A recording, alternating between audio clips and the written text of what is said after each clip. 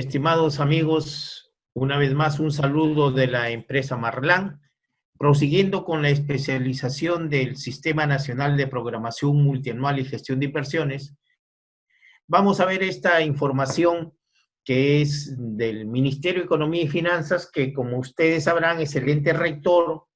Esta es una guía general para la identificación, la formulación y la evaluación de proyectos de inversión. Esto ha salido de recién en diciembre del año pasado. Entonces, quiere decir que tenemos 9 meses que esto está vigente. Hay un módulo de identificación, ¿no? Que aquí el objetivo de este estudio es plantear alternativas de solución para resolver un problema que afecta a una población determinada. Pero para llegar a eso hay que saber un diagnóstico, estimados amigos, ¿no es cierto? Y dentro de este diagnóstico tenemos nosotros que conocer el territorio, cuál es la población afectada, quién es la unidad productora y algunos otros agentes involucrados.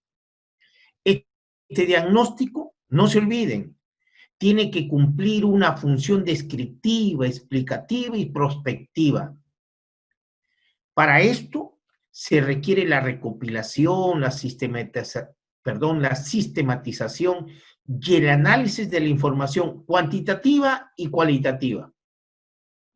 Las fuentes de información para este diagnóstico puede ser una información de fuente secundaria, una información de fuente primaria.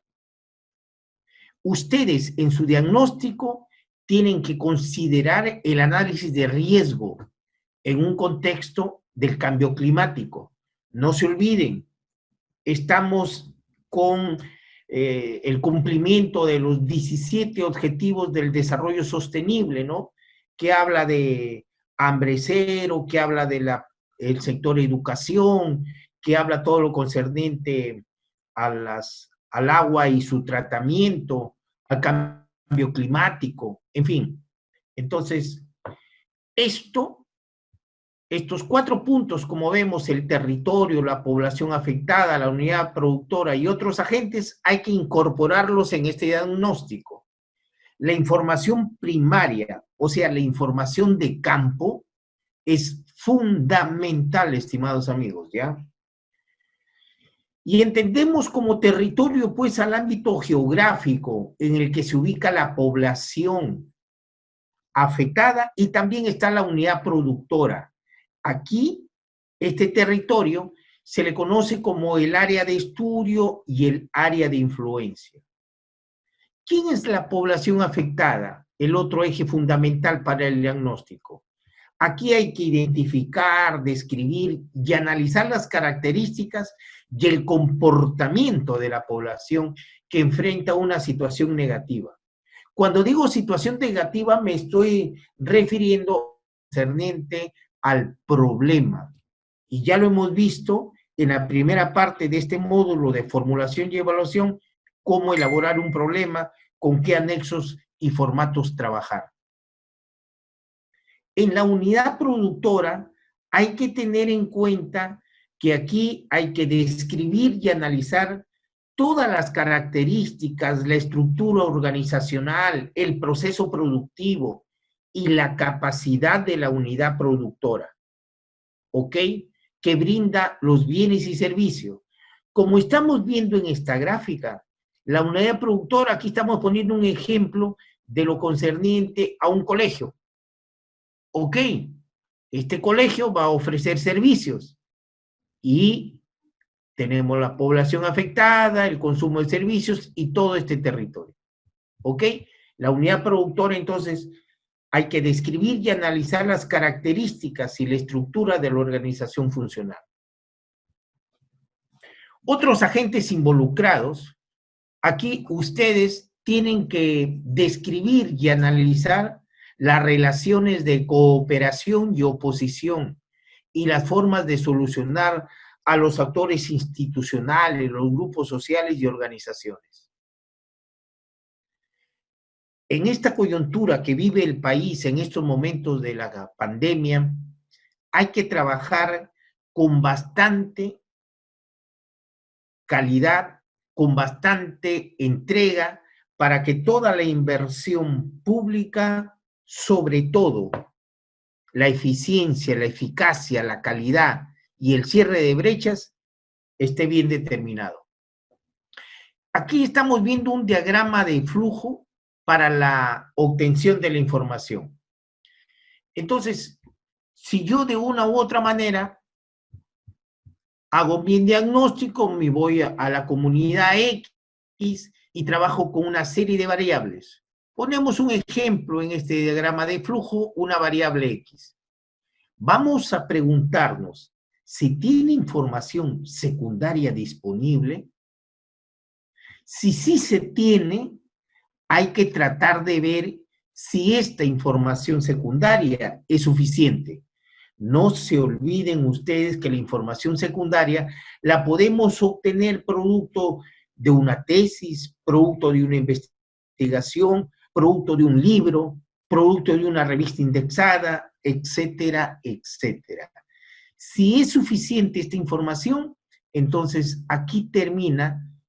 Ya no puedo yo, porque ya tengo mi información primaria más la secundaria, mi diagnóstico va a ser positivo.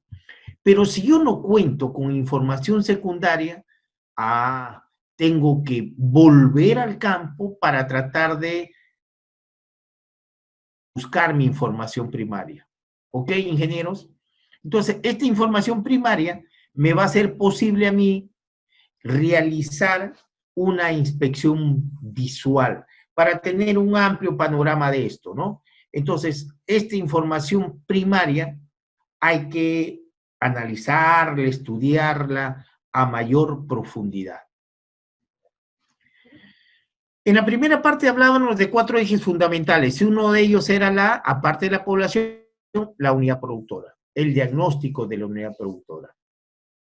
Estimados ingenieros, la unidad productora, no se olviden, es un conjunto de recursos o factores productivos que articulados entre sí tienen la capacidad de proveer bienes o servicios a la población objetivo. Constituye el producto creado o modificado de un proyecto de inversión. ¿De acuerdo? Y tiene por objetivo evaluar los procesos, los factores de producción de la unidad productora, con la finalidad de estimar su capacidad de oferta actual y los factores de producción que la limitan.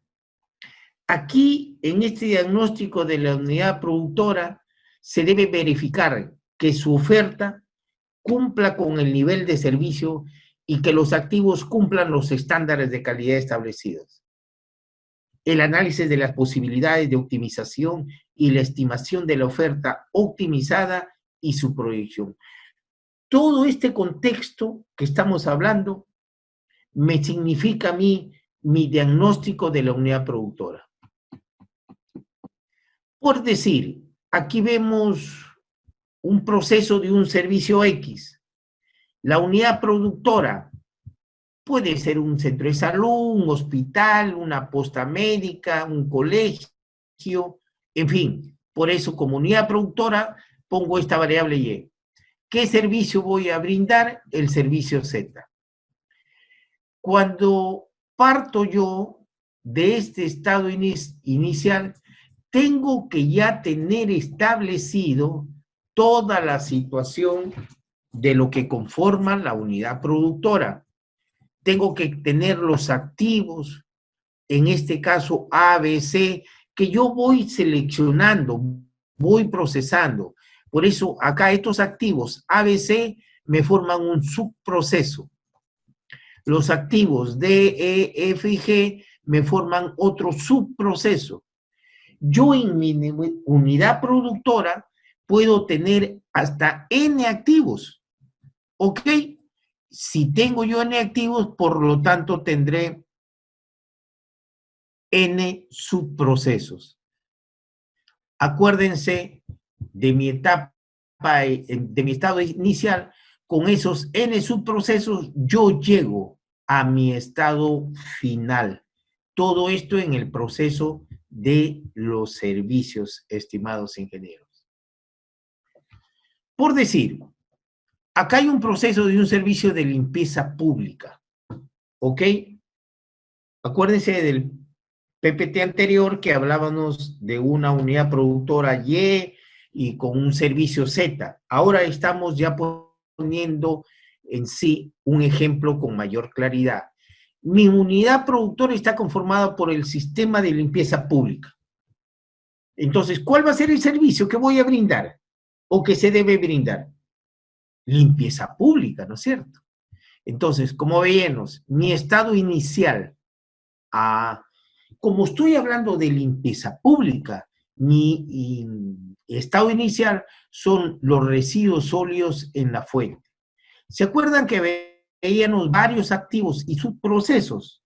Entonces, por decir acá, un activo, como estoy hablando de limpieza pública, son los contenedores, las papeleras, los coches de barrido, la barredora mecánica, que de acuerdo a cada municipio se tiene o no todos estos activos, ¿no? Es difícil que un distrito pequeño tenga los mismos activos que una provincia de gran envergadura, ¿no?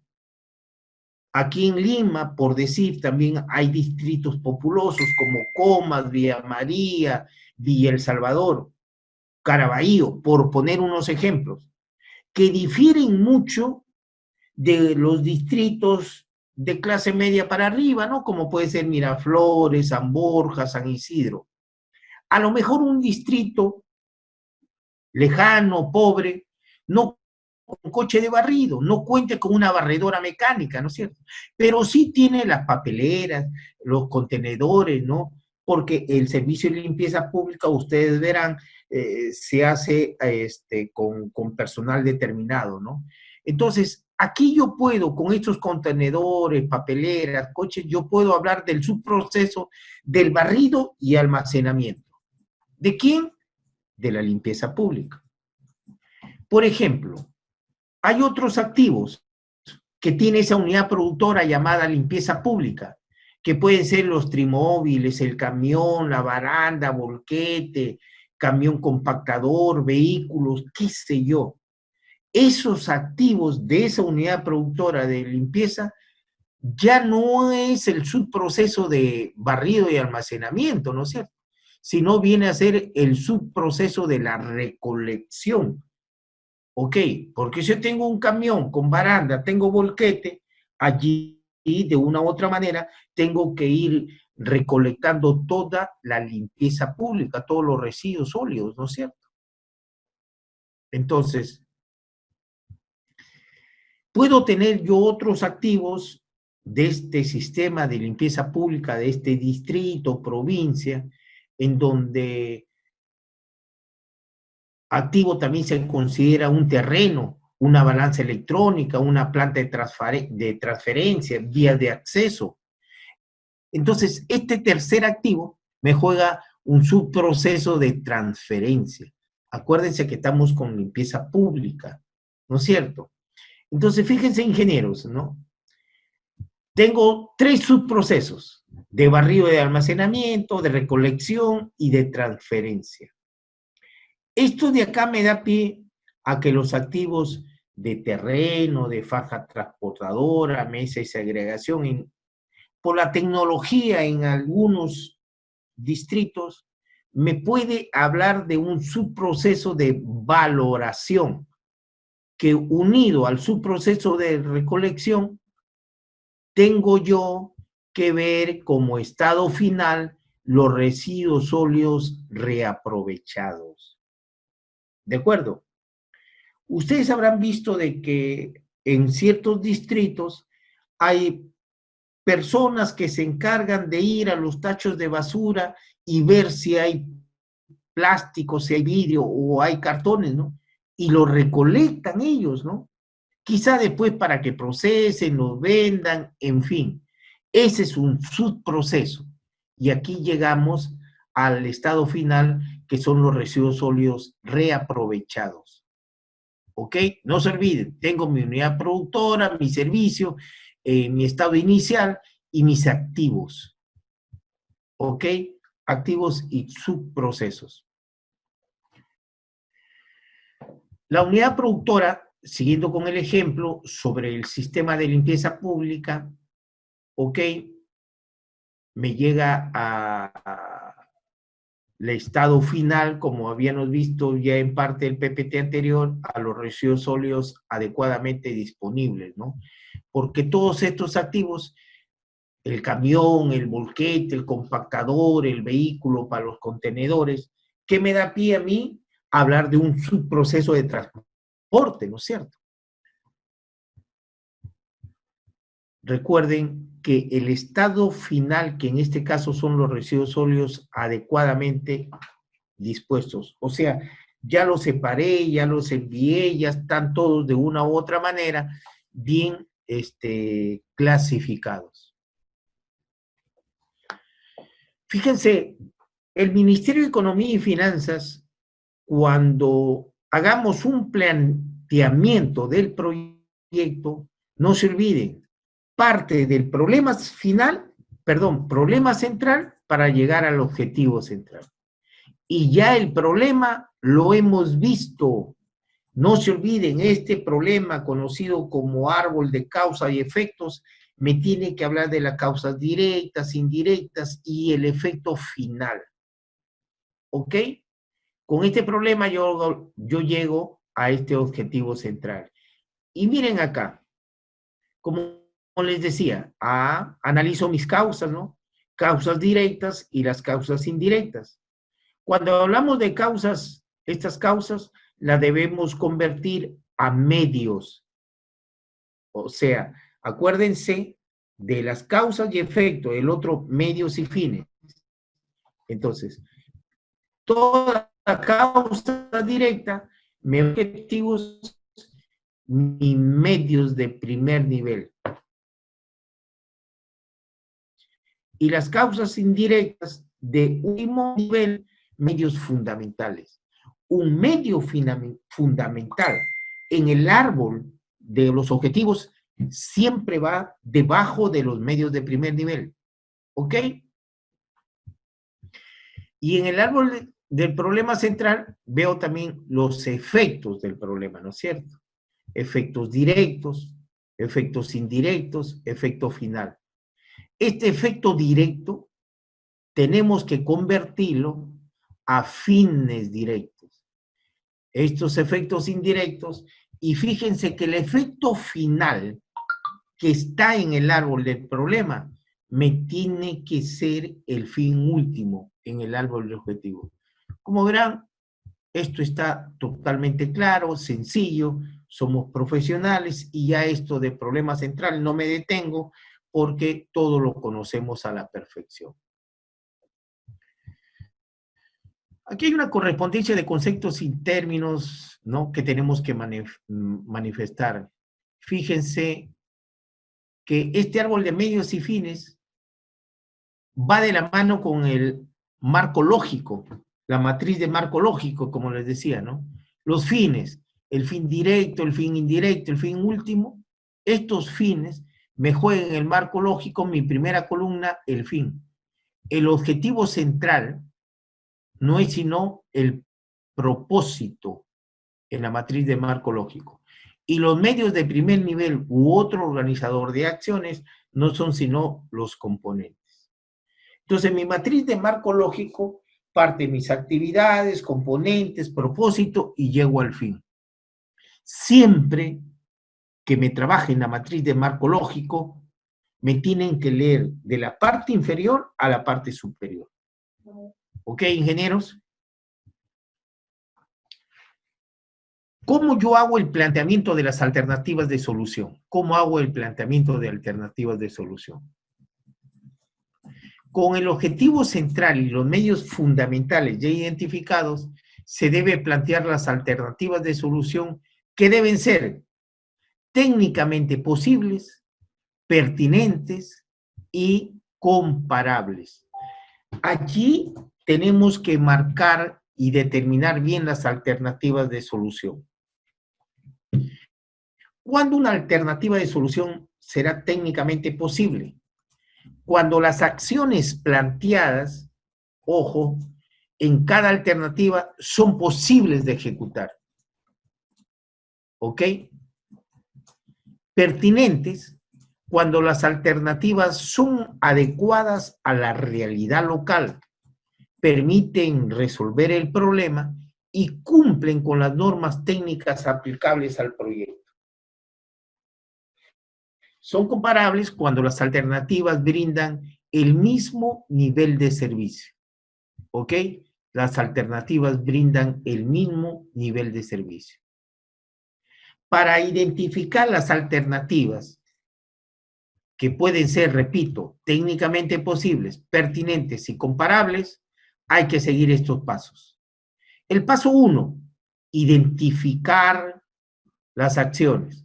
Paso 2, analizar la interrelación entre las acciones. Y el paso 3, el planteamiento de alternativas de solución. ¿Ok? Aquí tenemos el planteamiento de las alternativas de solución. ¿Ok? Causas directas de último nivel. Estas causas, como les decía, hacen un papel importante con los medios fundamentales. Esto me hace una acción. Y estas acciones pueden ser excluyentes, complementarias o independientes. Esta terminología ya la conocemos nosotros, ¿no es cierto? Entonces, para esta situación, porque yo ya conozco mis causas, conozco mis medios, ¿cómo encuentro mis acciones? ¿Cómo hago la redacción de las acciones? ¿Qué se hace? Ok, aquí tengo que fundamentar un verbo y un sustantivo. ¿Ok? Entonces, ¿qué se hace? Más sobre qué hago esa acción, este es mi activo. Entonces, ahí encuentro esta ecuación que me da pie a mí, por ejemplo. ¿Qué se va a hacer? Construcción. Acá está el verbo. Construcción del aula. ¿Ok? ¿Qué se va a hacer? ¿Sobre qué activo? La adquisición del equipo biomédico. ¿Ok? Estas preguntas, ¿qué se va a hacer o qué se hace? Construcción de un aula. ¿Ok?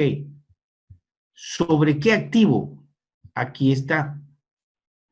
Entonces, sobre esa pregunta, construcción de un aula, adquisición de un equipo biomédico, yo tengo que de una u otra manera ver todo lo concerniente a la alternativa de solución.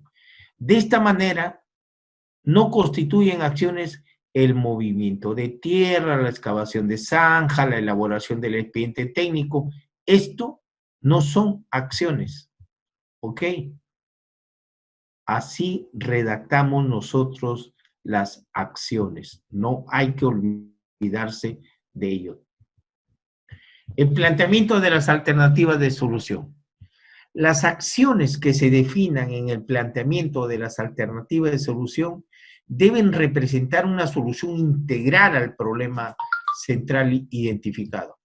Las acciones no deben constituir gasto corriente como actividades de operación y mantenimiento de la unidad productora, por ejemplo, actividades permanentes de eventos culturales, espectáculos, concursos. Eso no entra como planteamiento de alternativa de solución. ¿Ok? El funcionamiento de los proyectos de inversión. Una situación de fraccionamiento ocurre cuando un proyecto de inversión no comprende todas las acciones necesarias para solucionar completamente el problema central. Recuerden la situación negativa del proyecto. Ante esta situación y debido a que el proyecto solo constituye una solución parcial, siempre se requerirá de otras inversiones para poder implementar las acciones omitidas. Caso contrario, no se proveerá el bien o el servicio cumpliendo con los niveles de servicio o estándares de calidad establecidos por el sector competente. ¿Ok? Todo eso me juega un papel importante en la identificación. Vamos a este módulo de formulación. El objetivo de este módulo es dimensionar el servicio en función a una población demandante y plantear alternativas técnicas a fin de estimar los costos del proyecto. Aquí tenemos que hablar del horizonte de evaluación del proyecto. Entonces, el horizonte de evaluación lo vamos a ver desde el expediente técnico y los documentos equivalentes. Posteriormente, si yo tengo mi expediente, hago la ejecución física, ¿no? Esto es parte del ciclo, del costo de inversión, ¿ok? Para posteriormente, en la fase de funcionamiento, ver quiénes son los beneficiarios. A partir de acá, todo esto que ven de línea de verde no es sino los costos de operación y mantenimiento. Toda esta fase de ejecución juega un papel importante en el horizonte de la evaluación. Entonces, para la definición del horizonte de evaluación, la unidad calculadora deberá tomar en cuenta los siguientes criterios. El periodo que toma la fase de ejecución del proyecto, la vida útil de los activos principales, la obsolescencia tecnológica de los activos y la incertidumbre sobre el tiempo que durará la demanda por el bien o servicio a proveer con la unidad productora generada o modificada en el proyecto de inversión. ¿Cómo yo hago el análisis del mercado del servicio, ¿no? O el análisis de la demanda? El bien o servicio que se proporcionará en la fase de funcionamiento y su unidad de medida. La población demandante potencial, ¿no? O sea, los factores que expliquen la demanda o no demanda de los bienes o servicios. Los ratios de concentración o de intensidad de uso del servicio. La disposición a pagar, en el caso de proyectos para implementar servicios que de una u otra manera se deben solicitar bajo algún mecanismo de pago. ¿Ok? La demanda para el año T, ¿ok? Es una ecuación que la saco de la población objetivo en ese año, que en este ejemplo es el año T, multiplicada por el ratio de concentración. Este ratio de concentración de una otra manera hay unas tablas establecidas por el Ministerio de Economía y Finanzas. Hay que tener en cuenta los tipos de población. ¿Ok? Si yo hablo de mi población total o área de influencia. ¿Se acuerdan cuando veíamos el diagnóstico? El territorio, la población, la unidad productora y otras acciones, ¿no es cierto? Entonces, acá yo hablo de la población total y su área de influencia.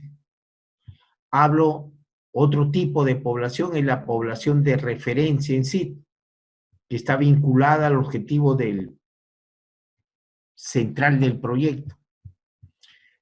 Tengo otra población sin problema, que sumada a la población demandantemente potencial, o sea, la que carece del servicio de una manera inadecuada, estas población sin problema y población demandante me da la población demandantemente efectiva para llegar a mi población objeto.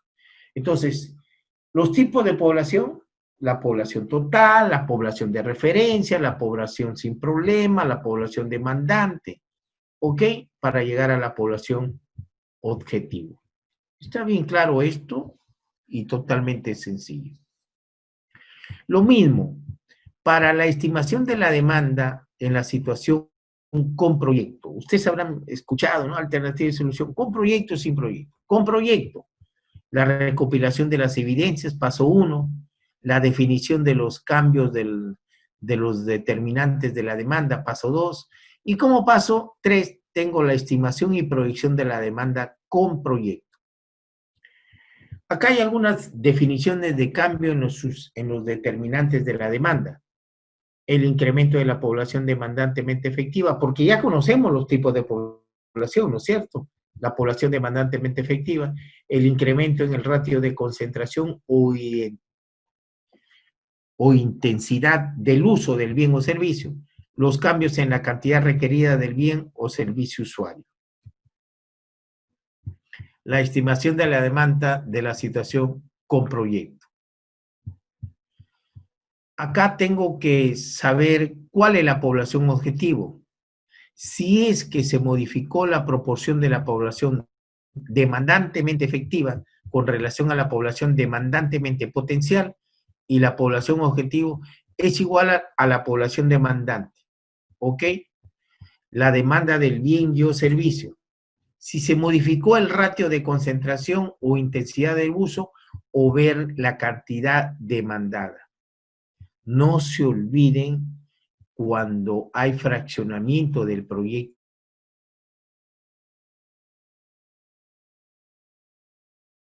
de inversión pública.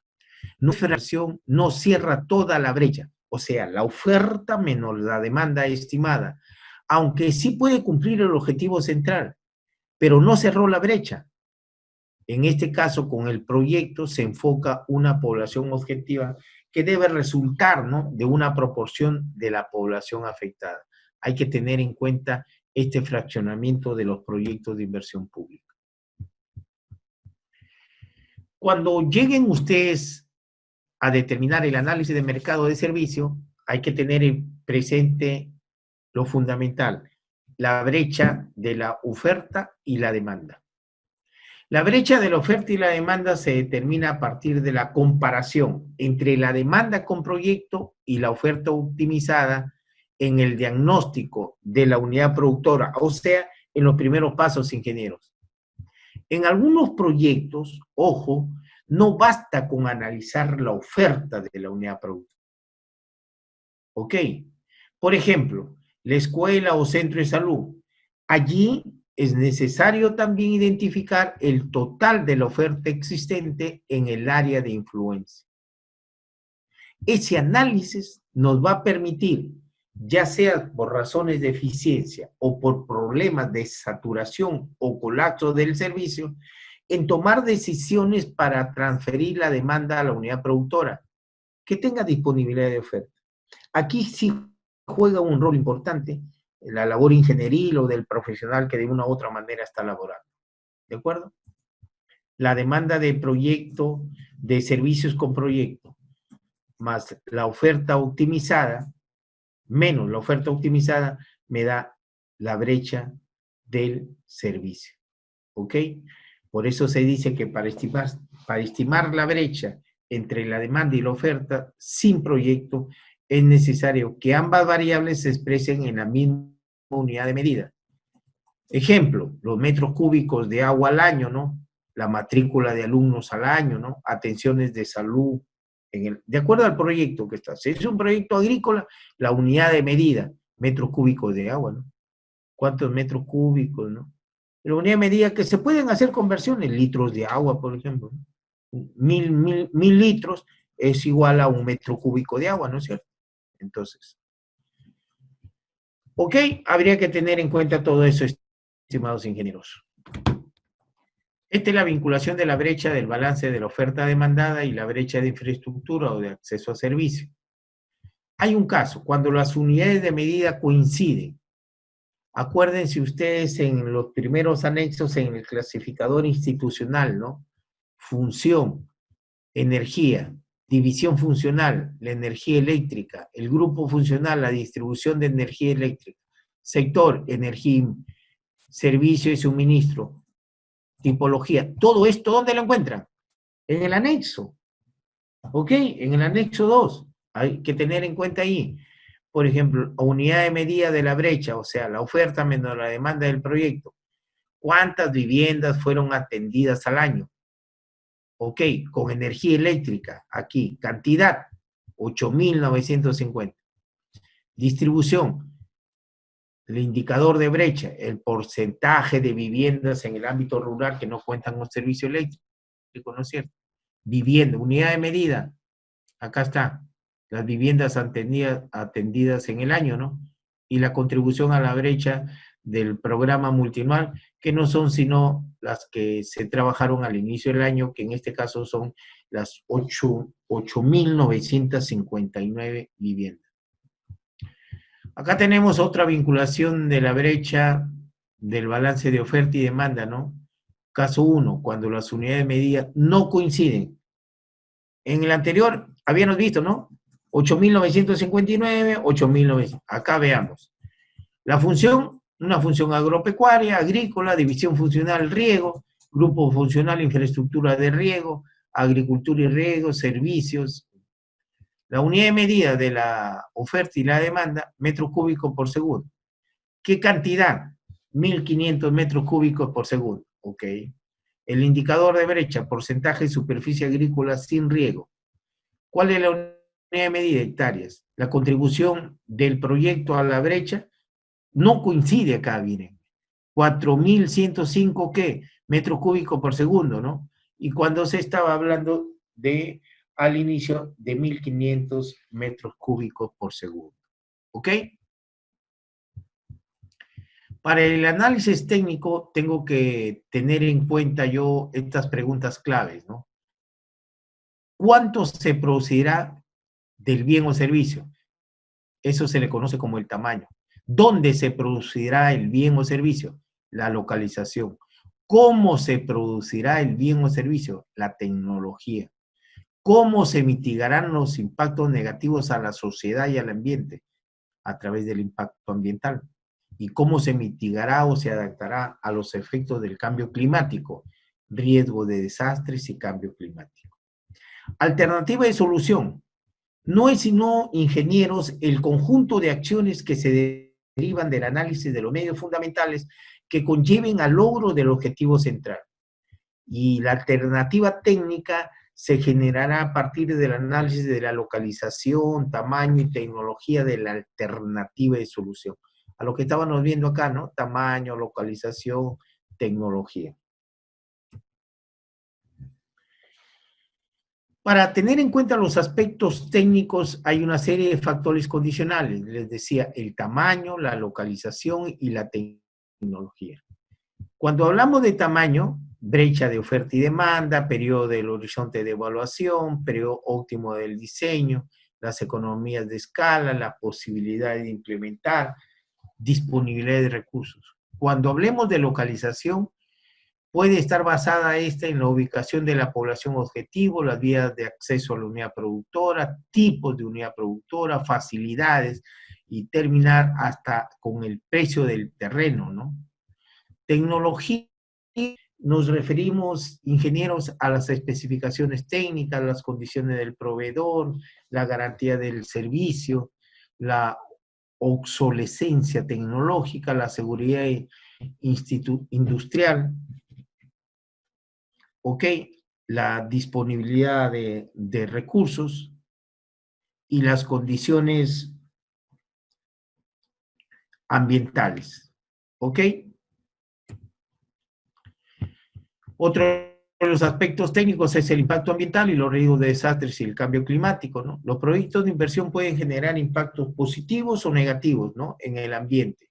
Acuérdense del anexo 3, que pueden influir en la selección de alternativas del tamaño, la localización, tecnología. Los sectores emiten normas para el cumplimiento de los estándares ambientales, ¿ok? Y cuando hablamos del aspecto técnico, riesgos de desastres y cambio climático, los gobiernos de las regiones tienen que ver el planteamiento de un conjunto de medidas que deben de realizar con el fin de evitar y prevenir el riesgo futuro, ¿no? Aquí se sigue manejando toda esta terminología del famoso desarrollo sostenible, ¿ya? ¿Ok? Se describe cómo evaluar los riesgos en un contexto del cambio climático identificados a partir del análisis de riesgo del cambio climático. Acuérdense, en clase pasada se había visto cómo llegar al riesgo, ¿no? ¿Ok? Que habían 13 preguntas. Esto es una situación de riesgo de desastres y cambios climáticos, ¿ya? muy diferente a lo que se vio la clase pasada. Para el planteamiento de las alternativas técnicas factibles, hay que ver la identificación, la selección y el análisis de las alternativas. Estos son los factores condicionantes, ¿ok? Recuerdan, cuando hablábamos del tamaño, de la localización, de la tecnología, más el impacto ambiental y los recursos, el riesgo de desastre y cambio climático, todo esto son los factores que me van a condicionar mi PIT, ¿no? Y allí tengo que ver las alternativas técnicas identificadas y las posibles. Aquí nos habla de un diseño preliminar de alternativas técnicas factibles para ir culminando esta parte y posteriormente continuar. El diseño preliminar de las alternativas técnicas factibles, ¿no? Aquí podemos decir nosotros que el nivel de ingeniería para el diseño preliminar puede comprender representaciones gráficas en planos básicos, esquemas de necesidades, áreas, programas, diagramas arquitectónicos, etcétera, etcétera, ¿no es cierto? Para los casos de proyectos de alta complejidad, ya ustedes saben, ¿no? El diseño de las alternativas técnicas deben basarse en dos etapas. La etapa 1, llamada diseño preliminar de las alternativas técnicas factibles, y la etapa 2 es el diseño preliminar de la alternativa técnica. Estas dos etapas se basan en la evaluación social del proyecto. Estas son las metas físicas de los activos que se buscan crear o modificar con el proyecto de inversión. Naturaleza de acción, acuérdense, construcción, adquisición, mejoramiento, qué sé yo, la naturaleza, ¿no? Si es una construcción, sector educación, aulas. Factor de producción, infraestructura. Unidad de medida, número de estructuras que se van. Cantidad, unidad de medida y cantidad. Aquí vemos la unidad física y la dimensión física. Muro de contención, también es infraestructura. ¿Cuántas número de estructuras físicas van a haber, no? Si es una adquisición, ahorita que se habla del COVID, farmacias, ok, o perdón, todo lo concerniente a la adquisición de camas UCI o de ambulancias, ¿no? Si hablamos de vehículos, ambulancias, su factor de producción es un vehículo, número de vehículos. ¿Cuántas ambulancias se van a comprar? 2 ambulancias. En fin, hay que tener en cuenta todo eso. Cuando hablo yo de adquisición, equipos, mobiliarios, vehículos, terrenos, acuérdense, natural. Construcción, infraestructura. Reparación, infraestructura, equipo mayor, ¿no? Remodelación, reforzamiento estructural, infraestructura. Adecuación, ¿ok? Ojo, todo esto hay que tenerlo presente, ingenieros.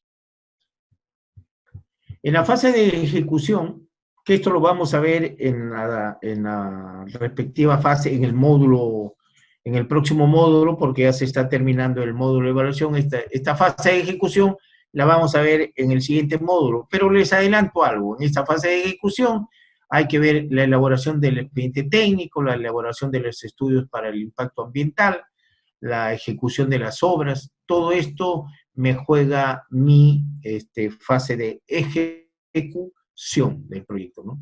La fase de funcionamiento, que es la última etapa, vemos ya la unidad productora existente, todo lo concerniente, ¿no? La gestión integral de riesgos, los costos del proyecto, detalles de la estructura de costos. Esto lo vamos a ver en los siguientes módulos, pero le voy adelantando, ¿no? Lo que debemos tener en cuenta. En la evaluación social, lo que debemos ver, la evaluación privada de proyectos, la evaluación social de proyectos, ¿ok? Una evaluación social, con esto terminamos, ingenieros, son las metodologías de la evaluación social, beneficios y costos sociales que se pueden valorizar monetariamente y los beneficios sociales que no se pueden valorizar monetariamente, ¿no? Dentro de los primeros, empleamos la metodología costo-beneficio. Dentro de los segundos, el análisis costo-eficiencia, el análisis costo-eficacia y el análisis costo-efectividad. ¿Ok? Esta es una cadena de valor de un proyecto de inversión y su evaluación social, ¿no? Los beneficios sociales que hay que tener en cuenta, una mejora de la calidad. Este es un ejercicio sobre electrificación rural, costos sociales, en unas formulitas, que esto lo vamos a ver en cada módulo respectivo, ¿ya? Pero les voy adelantando todo este tipo de acción. Recordar que para trabajar un proyecto, o cuando ustedes quieran trabajar un proyecto de inversión pública, han ganado una consultoría, ustedes son ingenieros agrónomos, a lo mejor no conocen de esto, ¿no? Del costo, beneficio, qué sé yo, a un economista, pues un equipo multidisciplinario es el que de una u otra manera tiene que ayudar a trabajar todo esto de acá. ¿Ok? Hay una serie de acciones allí a tener en cuenta que las vamos a ver, ingenieros. Muy bien, este es todo lo que nos da el Invierte a través del departamento de